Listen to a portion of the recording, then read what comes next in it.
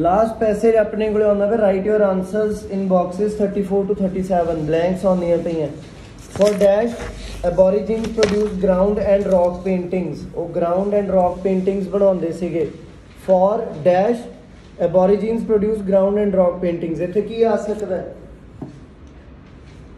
इत्थे ना कोई टाइम आऊगा शायद कुछ ईयर्स सेंचुरीज कुछ इदां दा करके एबोरिजिन्स कौन हुंदे है कल परसों एक बच्चे ने उहदा आंसर दिता सीगा विवेक ने अज वो आया नहीं है हु आर इंडिजिनस कौन हुंदे है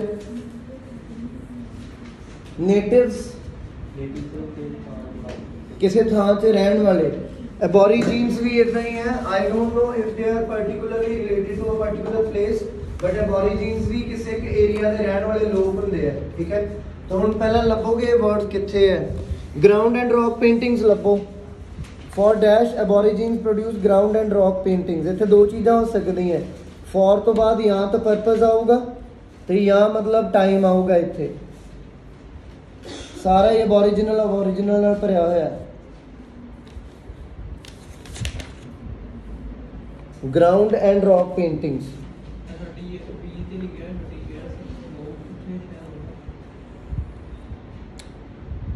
उत्थे किते लिखा है एबोरिजिन्स बनाउंदे सीगे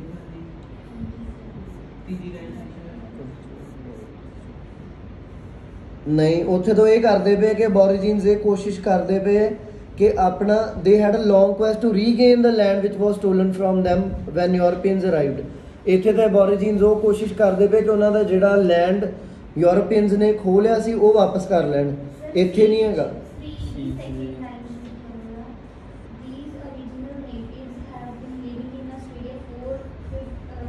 बट उत्थे भी पेंटिंग की गल नहीं की हुई अपन नूं पेंटिंग भी चाहिए नाल रॉक ते मतलब वो पेंटिंग्स डी पैराग्राफ च पेंटिंग का जिक्र आउंदा पिया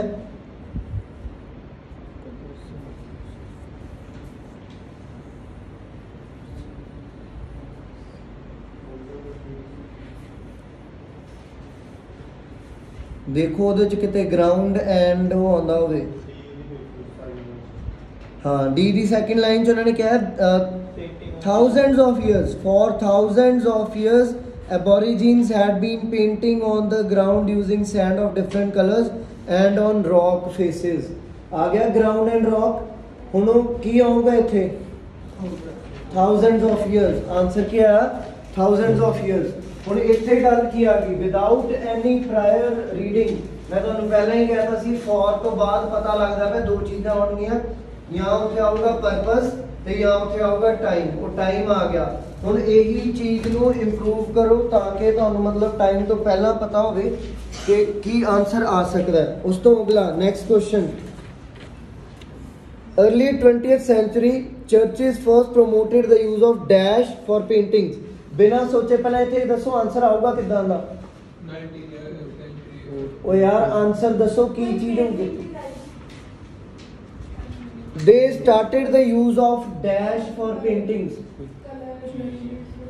इत्थे किसी मटीरियल का नाम आऊगा किसी मटीरियल का कि चर्चिज ने कोई किसी तरह की चीज़ के यूज नूं प्रमोट किया मटीरियल का नाम चर्चिज लभो कित्थे है पहला तो 20th century लभो कित्थे 20th century केड़ी हुंदी है 1931 ਇਹਦੇ ਵਿੱਚ आ गया 20th century 1960s वगैरह आ गया हुण ਇਹਦੇ नेड़े चर्चिज लभो थर्ड लाइन ਦੇ ਵਿੱਚ चर्चिज भी आउंदा पिया मटीरियल लभो हाँ जी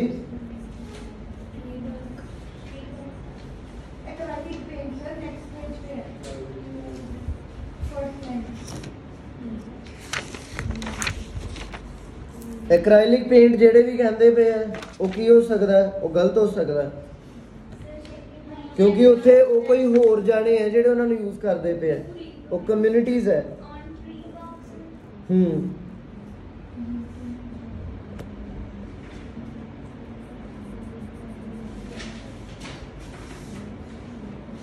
हाँ एनकरेज टू ई दी सेकंड लाइन प्रोमोटेड का मतलब की है उस चीज को बढ़ावा देता एनकरेज का मतलब की है बढ़ावा देना ई दी सेकंड लाइन उन्होंने एनकरेज की कीता पेंटिंग करते एनकरेज हुई ट्री बाग्स थे ठीक है ਉਹ ਜਿਹੜੇ ਵੀ ਬੱਚੇ ਕਹਿੰਦੇ ਵੇ ਨਾ ਐਕ੍ਰਾਇਲਿਕ ਪੇਂਟ ਯੂਜ਼ ਕੀਤਾ, ਉਹਦੀ ਲਾਈਨ ਜਿੱਥੇ ਸ਼ੁਰੂ ਹੁੰਦੀ ਕਿ ਉੱਥੇ ਧਿਆਨ ਨਾਲ ਦੇਖੋ, ਉੱਥੇ ਉਹਨਾਂ ਨੇ ਸ਼ਾਇਦ ਆਸਟ੍ਰੇਲੀਅਨ ਕਮਿਊਨਿਟੀਜ਼ ਜਾਂ ਕੁਛ ਇੱਦਾਂ ਦੀ ਗੱਲ ਕੀਤੀ ਹੈ, ਪਰ ਕੁਐਸਚਨ 'ਚ ਆਪਾਂ ਨੂੰ ਚਰਚਿਸ ਕਿਹੜੀ ਚੀਜ਼ ਨੂੰ ਯੂਜ਼ ਕਰਦੀਆਂ ਵੀ ਅਸੀਂ ਉਹ ਦੱਸਣਾ ਹੈ। ਤਾਂ ਟਰੀ ਬਾਰਕ, ਓਕੇ। ਕੈਬੀ, ਬਾਰਕ ਦਾ ਮਤਲਬ ਕੀ ਹੁੰਦਾ ਹੈ? Very good. ਹੋਰ ਕੁਝ? हाँ, ਜਿਹੜਾ ਆਪਣੇ ਬਾਰਕ ਦਾ ਮਤਲਬ ਕੀ ਹੈ? ਦੋ ਮਤਲਬ ਹੋ ਗਏ, ਇੱਕ ਤਾਂ यहाँ ਬਾਰਕਿੰਗ ਆਫ ਅ ਡੌਗ ਦਾ ਭੌਂਕਣਾ, ਜਾਂ ਦੂਸਰਾ ਕੀ ਹੋ ਗਿਆ? ਕਵਰਿੰਗ, ਜਿਹੜਾ ਆਪਣੇ ਦਰਖਤਾਂ ਦੇ ਉੱਪਰ ਛਿਲਕਾ ਉਤਰਦਾ ਹੁੰਦਾ ਉਹਨੂੰ ਬਾਰਕ ਕਹਿੰਦੇ ਆ, ਠੀਕ ਹੈ। ਤਾਂ ਉਹਨਾਂ ਨੇ ਮਤਲਬ ਉਹ ਦਰਖਤ ਦੇ ਛਿਲਕੇ ਦੇ ਉੱਪਰ ਪੇਂਟਿੰਗ ਵਗੈਰਾ ਬਣਾਉਣੀ ਸ਼ੁਰੂ ਕੀਤੀ। ਉਸ ਤੋਂ ਅਗਲਾ ਕੁਐਸਚਨ ਦੇਖੋ, mid 20th sanctuary. Mid 20th sanctuary ਮਤਲਬ 1950 ਦੇ ਨੇੜੇ ਤੇੜੇ, ਠੀਕ ਹੈ। 20th ਸੈਂਚੁਰੀ ਕਿਹੜੀ ਹੋ ਗਈ? 1900 ਤੋਂ ਲੈ ਕੇ 2000 ਵਾਲੀ। ਮਿਡ 20th ਸੈਂਚੁਰੀ ਮਤਲਬ 1950 ਦੇ ਨੇੜੇ ਤੇੜੇ। ਐਬੋਰੀਜਨਲ ਪੇਂਟਿੰਗਸ ਵਰ ਸੀਨ ਇਨ ਡੈਸ਼। ਐਬੋਰੀਜਨਲ ਪੇਂਟਿੰਗਸ ਵਰ ਸੀਨ ਇਨ ਡੈਸ਼। ਇੱਥੇ ਵੀ ਕਿਸੇ ਮਟੀਰੀਅਲ ਦਾ ਆਊਗਾ ਨਾਮ। ਓਕੇ, ਹਾਂ, very good. 19 between 1950 and 1960, okay हो गया mid 20th century। Aboriginal paintings began to reach overseas। Aboriginal paintings देखियां जानियां शुरू हो गईयां। कित्थे देखियां जानियां शुरू हो गईयां? overseas museums ਦੇ ਵਿੱਚ, ठीक है। then early 1970s Aboriginal painted traditional patterns on dash in one commodity। ਇੱਕ commodity ਦੇ ਵਿੱਚ ਸ਼ਾਇਦ ਇੱਥੇ one community ਆਉਣਾ ਚਾਹੀਦਾ, ਬਾਕੀ ਪਤਾ ਨਹੀਂ। ਉਹ ਕੀ ਕਹਿੰਦਾ 1970 ਤੱਕ ਐਬੋਰੀਜਨਲ ਜਿਹੜੇ ਲੋਕ ਸੀਗੇ ਉਹਨਾਂ ਨੇ ਟ੍ਰੈਡੀਸ਼ਨਲ ਪੈਟਰਨਸ ਨੂੰ ਪੇਂਟ ਕਰਨਾ ਸਟਾਰਟ ਕਰਤਾ on dash in one commodity. ਉਹ ਦੇਖੋ ਹੁਣ ਕੀ ਹੈ,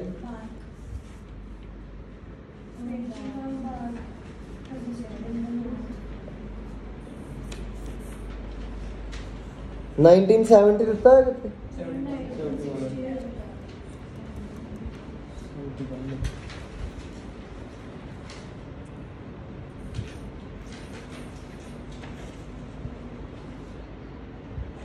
ट्रेडिशनल पैटर्न्स कितने है?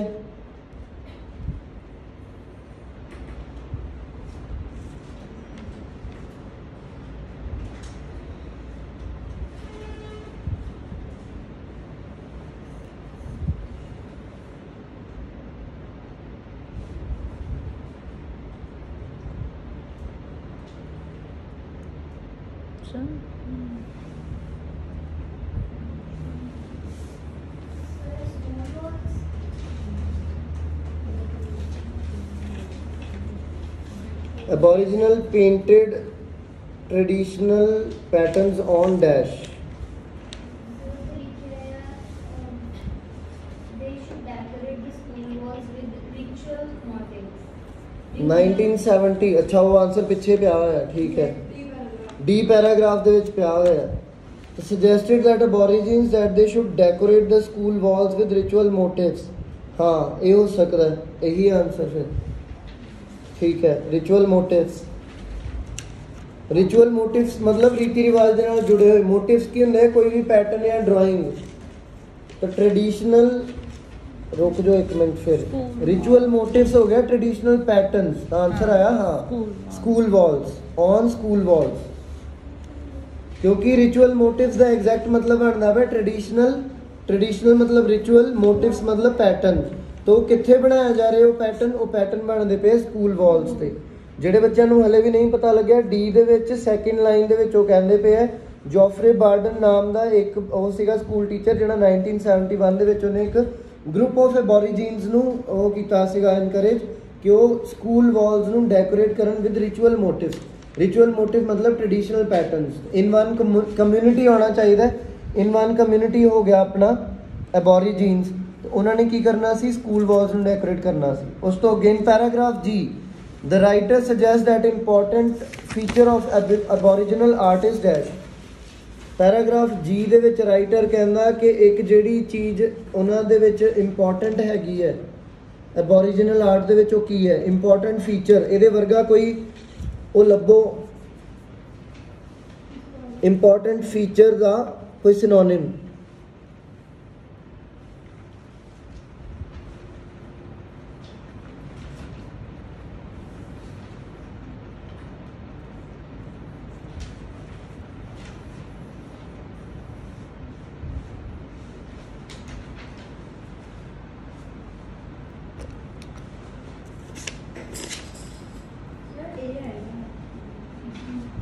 ए तो नहीं बनना।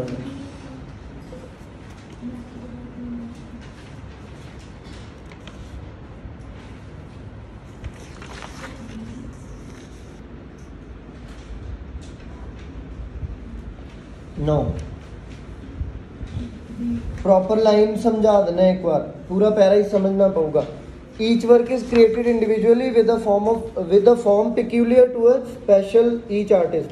Peculiar का मतलब कि ना specific, कहना हर एक टाइप जड़ी है वो क्रिएट की जा रही है ते हर एक फॉर्म हर एक आर्टिस्ट के लिए peculiar है, मतलब वो हर बार उदा नहीं ही पेंटिंग्स बनाता है, but it is created within and on behalf of a community that must approve it. कहना पर वो पेंटिंग्स जड़ियाँ वो किसी उहदे ते बिहाफ ते बनाई जाती हैं, कम्यूनिटी के बिहाफ ते, तो जो कम्यूनिटी अप्रूव करती है कि पेंटिंग सही बनी है उदों ही पेंटिंग अगे यूज़ की जाती है। हुण वो सारा छड्ड दो, चलो एक लास्ट लाइन पढ़ो। So each painting can be interpreted as a kind of spiritual road map for that community. हर एक पेंटिंग नूं मन्निया जा सकता है कि एक स्पिरिचुअल रोड मैप है, वो एक रस्ता है, जिवें अपने धर्म दे विच आपां नूं कहंदे कि तुसीं इदां फॉलो करना, उदां ही वो कहंदा वो एक कम्यूनिटी वास्ते रोड मैप है, एक रस्ता है जिहड़ा उन्होंने फॉलो करना है। तो हुण की आ गया उहदा बनदा पिया वी by, its significance to a group, इहदा किसी एक कम्यूनिटी दे नाल लेना देना है, ठीक है। एनवायरनमेंट का मैसेज नहीं है, वो रिलीजन के नाल कोई लेना देना नहीं, हिस्टोरिकल कंटैक्स्ट नहीं है, उन्हें क्या कम्यूनिटी के नाल लेना देना। कम्यूनिटी का दूसरा वर्ड की हो गया अ ग्रुप, ठीक है। उस तो अगे क्वेश्चन ब्लैंक्स खत्म हो गया। हाँ, नेक्स्ट आ गया 39। In Aboriginal belief there is a significant relationship between dash. Aboriginal belief के अकॉर्डिंग मतलब उन्होंने थॉट के अकॉर्डिंग एक सिग्निफिकेंट इंपॉर्टेंट रिलेशनशिप हैगा बिटवीन डैश। किन्हां दे विच रिलेशन है देखो, उस तो अगला पैरा पढ़ो, देखो किते relation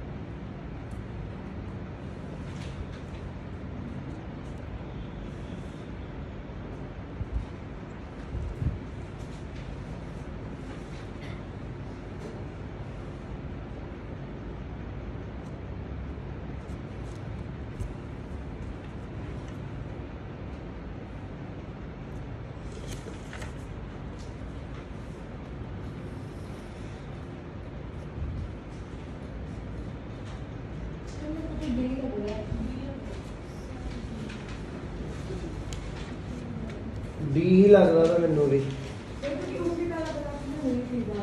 An artist cannot use a dream that does not belong to his or her community। कहना आर्टिस्ट इदां दा कोई भी मतलब ड्राइंग या उहदा ड्रीम नहीं बना सकदा जिहड़ा उहदी कम्यूनिटी दे नाल नहीं मैच करदा। सिंस हर एक कम्यूनिटी कहंदा each community is the owner of its dream. हर एक कम्यूनिटी अपने सुपनिਆਂ ਦੀ ओनर है, कुछ इदां दी गल कहंदा पिया हो।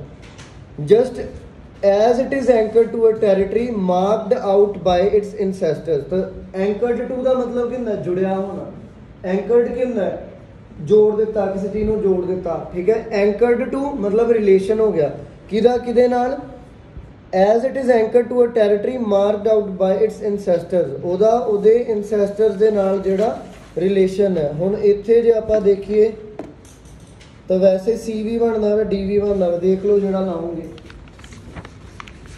relationship between ancestors and territory।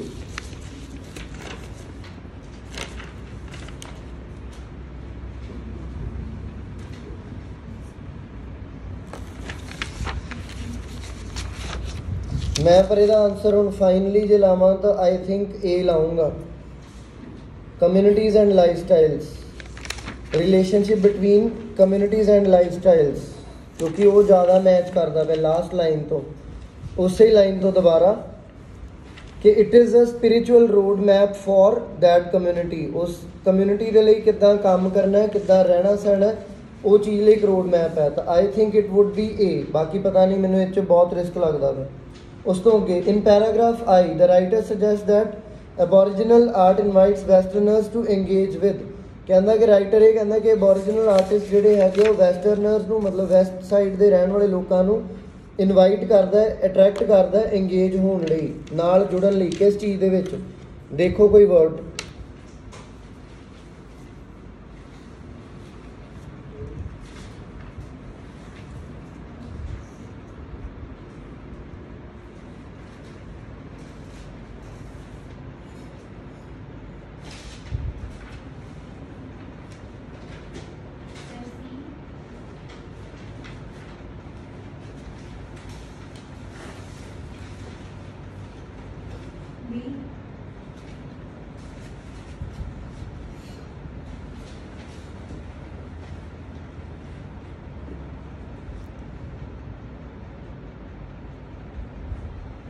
ਇਹਦਾ ਆਨਸਰ ਵੈਸੇ ਬਿਲਕੁਲ ਲਾਸਟ ਤੇ ਜਾ ਕੇ ਆਉਂਦਾ ਪਿਆ।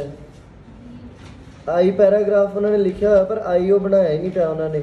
ਜਿੱਥੋਂ ਮੈਨੂੰ ਲੱਗਦਾ ਟੁਡੇ ਸ਼ੁਰੂ ਹੁੰਦਾ ਪਿਆ ਨਾ ਉਹ ਆਈ ਪੈਰਾਗ੍ਰਾਫ ਹੀ ਹੈ।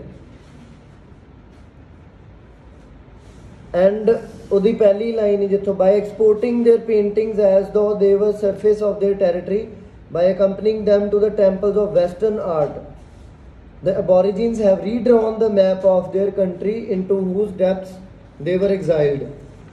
ਹੁਣ ਇਦਾਂ ਦਾ ਜਿਹਦਾ ਕੋਈ ਮਤਲਬ ਨਹੀਂ ਐਗਜ਼ੈਕਟ ਨਿਕਲਦਾ ਪਿਆ।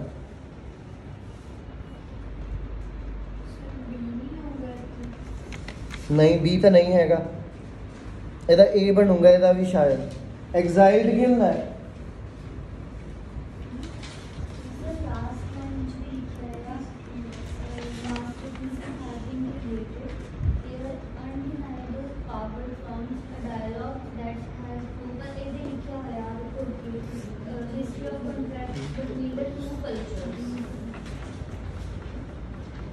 हाँ तो कॉन्टैक्ट आ गया।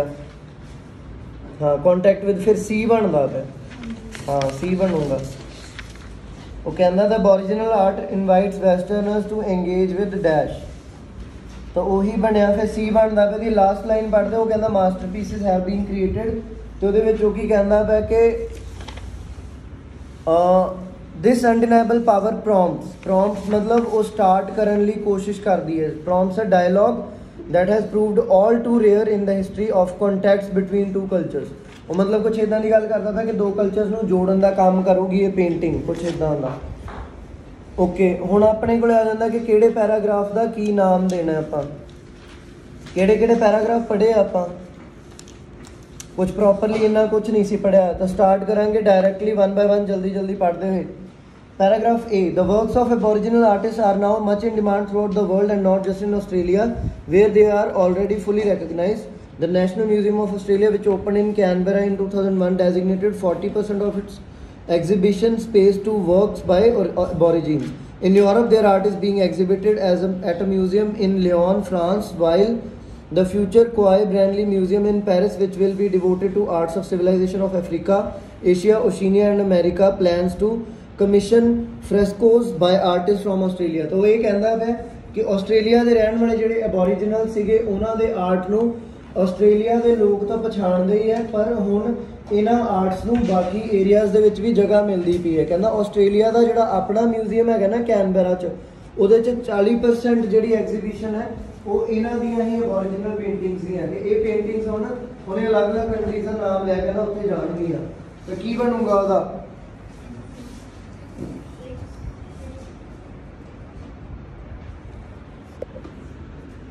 Amazing result from a project नहीं बनता पाया। न्यू रिलीजियस सैरेमनीज नहीं बनता। कम्यूनिटी आर्ट सेंटर्स नहीं बनूंगा। Early painting techniques and marketing systems नहीं। मैथोलॉजी एंड हिस्ट्री कंबाइंड नहीं। हाँ यही आंसर है। The increasing acclaim for Aboriginal art मतलब लोगों को एबोरीजिनल आर्ट का पता लगता पाया। हुण उस तो अगे सैकेंड पैरा बी दे विच मतलब बनाइए उहदा their artistic movement began about 30 years ago मतलब उन्होंने लोगों ने एक जगह तो तुर के दूसरी जगह पहुंचना शुरू करता सीगा कुछ 30 साल पहला। But its roots go back to the time immemorial, पर कहते ही जड़ा उस समय तक जानिए जड़ा शायद टाइम पता भी नहीं है। All the works refer to the founding myth of an aboriginal culture the dreaming. The internal geography which is rendered with a brush and colors is also expression of the aborigines long conquest of regain of the land which was stolen by them from them when Europeans arrived in the 19th century.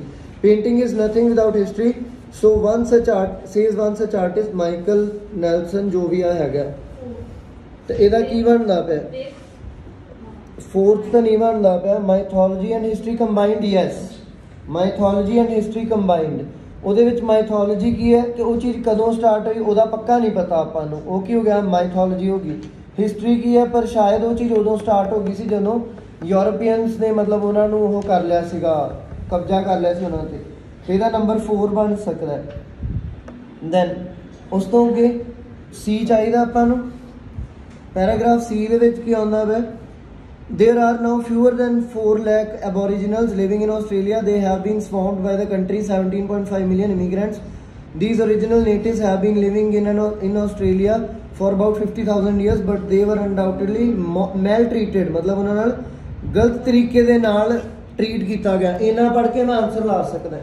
वो कहता वो लोग घट गिनती दे विच रह गए उत्थे ਉਹਨਾਂ ਨੂੰ ਉੱਥੇ ਆਉਣ ਵਾਲੇ ਇਮੀਗ੍ਰੈਂਟਸ ਜਿਹੜੇ ਹੈਗੇ ਆ ਉਹਨਾਂ ਨੇ ਉਹ ਜ਼ਿਆਦਾ ਗਿਣਤੀ 'ਚ ਹੈ ਤੇ ਉਹਨਾਂ ਨੂੰ ਮੈਲਟ੍ਰੀਟ ਕੀਤਾ ਜਾਂਦਾ ਹੈ ਗਲਤ ਤਰੀਕੇ ਨਾਲ ਉਹਨਾਂ ਨੂੰ ਟ੍ਰੀਟ ਕੀਤਾ ਜਾਂਦਾ ਹੈ ਇਹਨੇ ਨਾਲ ਆਨਸਰ ਬਣਦਾ ਪਿਆ ਜਿਹੜੇ ਨੰਬਰ 8 ਆਉਂਦੇ ਪਏ ਸਹੀ ਹੈ ਆਨਸਰ ਮੈਲਟ੍ਰੀਟ ਕਰਨਾ ਆਪਰੇਸ਼ਨ ਕਿਸੇ ਦੀ ਇੱਕ ਕਮਿਊਨਿਟੀ ਨੂੰ ਦਬਾਉਣਾ ਠੀਕ ਹੈ ਮੈਲਟ੍ਰੀਟ ਕਰਨਾ ਦਬਾਉਣਾ ਮਾਈਨੋਰਿਟੀ ਉਹਨੇ ਪਹਿਲੀ ਲਾਈਨ 'ਚ ਦੱਸਿਆ ਕਿ ਥੋੜੀ ਗਿਣਤੀ 'ਚ ਲੋਕ ਰਹਿ ਗਏ ਆ ਜ਼ਿਆਦਾ ਹੁਣ ਲੋਕ ਬਾਹਰੋਂ ਇਮੀਗ੍ਰੈਂਟਸ ਆ ਗਏ ਆ तो माइनॉरिटी वाली गल होंदी पई है ऑपरेशन की गल होगी मतलब उन्होंने लोगों को मैलट्रीट किया जा रहा दबाया जा रहा उस तो अगे डी पैराग्राफ दे विच आपां की पढ़ के आए उहदे च थोड़ा आपां पढ़िया सीगा कि शुरुआत किदां एक टीचर के दिमाग च आया कि आपां पेंटिंग वगैरह बनाइए उस तो अगे वो की कहंदा पिया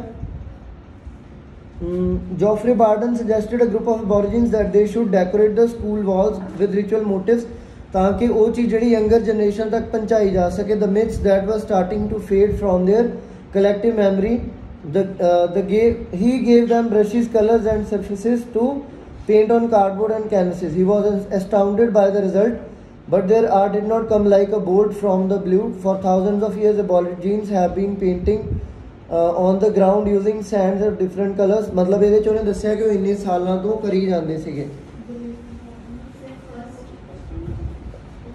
हाँ फर्स्ट भी बनता पाया amazing result from a project कितों आई लाइन है ही was astounded by the result चौथी लाइन दे विच कहना भी ही was astounded by the result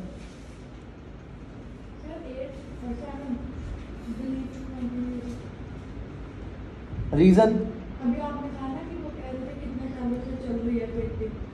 मैनू भी वो लग्या सी वैसे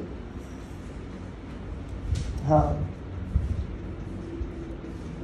हाँ बिलीफ इन कॉन्टीन्यूटी फिर ज़्यादा क्लीयर बनता पाया क्यों क्योंकि वो जस्ट एक एग्जाम्पल दी है उन्हें उपर ये ज़्यादा सही लाइन पता की है but there are did not come like a bolt from the blue का मतलब किसी को पता अचानक कुछ आ जाना ठीक है वैसे इन्हों मुसीबत वगैरह वो कर देंगे use bolt from the blue मतलब अचानक आसमान चो तीर आ गया ठीक है इदा की कोई गल बोल्ट का मतलब होंदा तीर ठीक है ਜਿਹੜੇ ਪਬਜੀ ਖੇਡਦੇ उन्होंने देखा होगा जो तीर चुकते उस बोल्ट्स लिखा होंगे तो बोल्ट का मतलब तीर बोल्ट फ्रॉम द ब्लू मतलब आसमान चो इकोदम कोई वो आ जानी है वैसे चीज़ आप ये लाइन उदों यूज़ करते हैं जो ये गल की जाती है कि अचानक कोई प्रॉब्लम आ पई ठीक है इसे लाइन की लिखा है कि it does not come out bolt from a blue मतलब वो इकोदम नहीं आती वो हज़ारों सालों तक उन्होंने पेंटिंग की है पहला पेंटिंग कितों स्टार्ट हुई सी पहला वो ग्राउंड पे या रॉक्स पे करते थे तो फिर ऑटोमैटिकली उस तो बाद चली फिर कॉन्टीन्यूटी वाला ज़्यादा वधिया बनता है कि उन्हों का बिलीव सीगा कॉन्टीन्यूटी दे विच कि लगातार उस चीज़ को करना है दैन उस तो बाद पैराग्राफ ई दे विच आपां देखिया चर्चिस दे विच स्टार्ट हुई फिर उस तो बाद वो चीज़ गां अलग अलग थावां ते पहुंची इहदा की बन सकदा है नहीं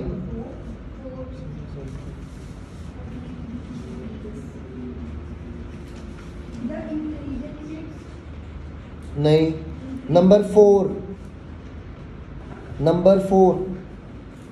early painting techniques and marketing systems early painting techniques किद्दां हैगियां आपां पढ़िया है ई पैराग्राफ च उन्होंने कहा कि ट्री बार्क दे विच करदे पे मार्केटिंग टेक्निक्स मतलब तीसरी लाइन पढ़ो जरा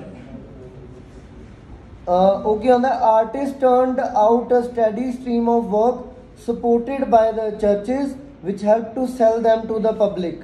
कि वो मतलब आर्टिस्ट की करते ਸੀਗੇ ਉਹਨਾਂ ਨੇ ਬਹੁਤ ਜ਼ਿਆਦਾ ਪੇਂਟਿੰग्स ਬਣਾ ਕੇ ਰੱਖੀਆਂ ਉਹਨਾਂ ਆਰਟਿਸਟ ਨੂੰ ਸਪੋਰਟ ਕਿਨੇ ਕੀਤਾ ਚਰਚਿਸ ਨੇ ਉਹ ਚਰਚਿਸ ਕੀ ਕਰਦੀਆਂ ਪਈਆਂ ਸੈਲਿੰਗ ਦੇ ਵਿੱਚ ਹੈਲਪ ਕਰਦੀਆਂ ਪਈਆਂ ਤੇ ਸੈਲਿੰਗ ਮਤਲਬ ਮਾਰਕੀਟਿੰਗ ਸਿਸਟਮ ਚਰਚਿਸ ਉਹਨਾਂ ਨੂੰ ਵੇਚਦੀਆਂ ਪਈਆਂ अर्ली पेंटिंग टेक्निक्स की किया गया ट्री बार्क्स के ऊपर यूज़ करते पे उन्होंने मतलब करते पे paint then last paragraph F ये हुण आपां नहीं सी पढ़िया what aborigines depict are always elements of the dreaming and collective history of each community is both part of and guardian of the dreaming is the story of their origins of their great ancestors who passed on their knowledge their art and their skills